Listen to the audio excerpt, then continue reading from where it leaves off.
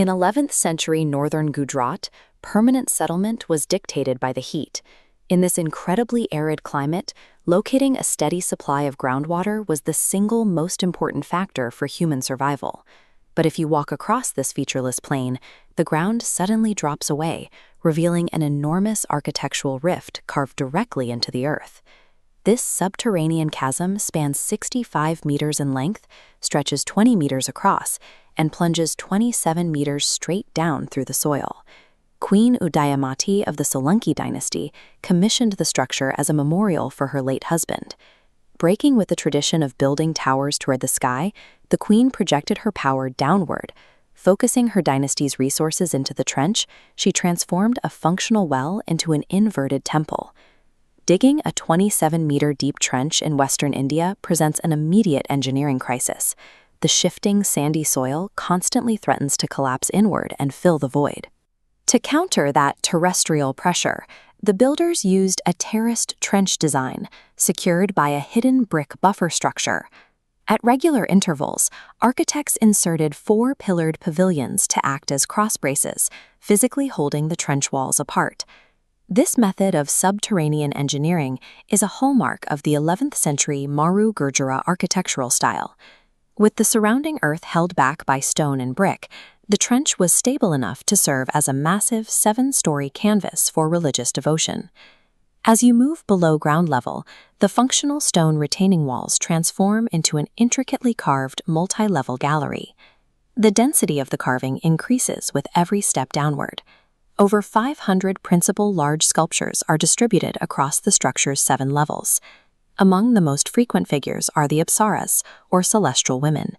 Their forms repeat across nearly every projecting pillared panel in the corridor.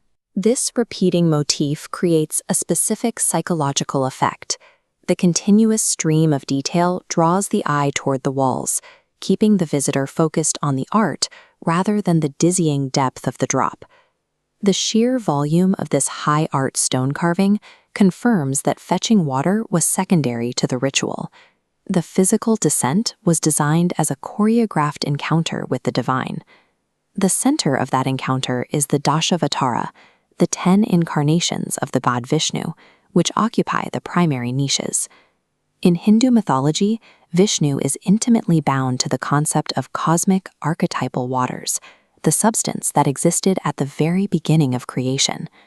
At the lowest levels of the stepwell, we find the Sheshashayi form, a carving of Vishnu reclining on the mythical cosmic serpent, Shesha. The architects placed this specific incarnation at an elevation where the seasonally rising groundwater would rise up to physically touch and submerge the sculpture. When the water flooded the base of the carvings, it merged the functional with the mythological. The daily act of gathering water became a direct, tangible encounter with the forces of creation. The stairs eventually terminate at the structure's deepest point, a massive 10-meter-wide apsidal drawwell. Unique to this structure, the inner circumference of the well shaft is girdled with sculptures that continue all the way down to the surface of the water. At this darkest level, the theological focus shifts to the Matri Shakti, the nourishing energy of the Mother Goddess. Ancient texts link the life-giving waters of a deep stepwell to a literal and spiritual womb, offering growth and sustenance to the community above. Reaching the pool at the bottom is the final step in the sequence, a symbolic return to the maternal source of life. This architectural cycle was eventually cut short by the Saraswati River. Massive, devastating flooding overwhelmed the entire region. Floodwaters poured into the subterranean trench, depositing layers of sand and silt that filled the 7-story structure to the brim. For the next 700 years, the inverted temple was swallowed by the earth and lost to human memory. The disaster created an unintended sanctuary. The very silt that ended the well's active use acted as a vacuum-sealed container, protecting the stone from wind, rain, and invaders. In the 1980s, the Archaeological Survey of India began a massive excavation effort to painstakingly desilt the chasm. As the walls were cleared, the sculptures emerged in their original, sharp condition. 7 centuries of burial had preserved the stone with a clarity that surface-level temples had long since lost. Today, Rani Ki Vav is a UNESCO World Heritage Site, and its architecture is carried daily by millions on the back of the Indian 100 rupee note. The site exists today because it was hidden. By descending into the earth and staying there, it avoided the erosion of history that claimed so many other monuments.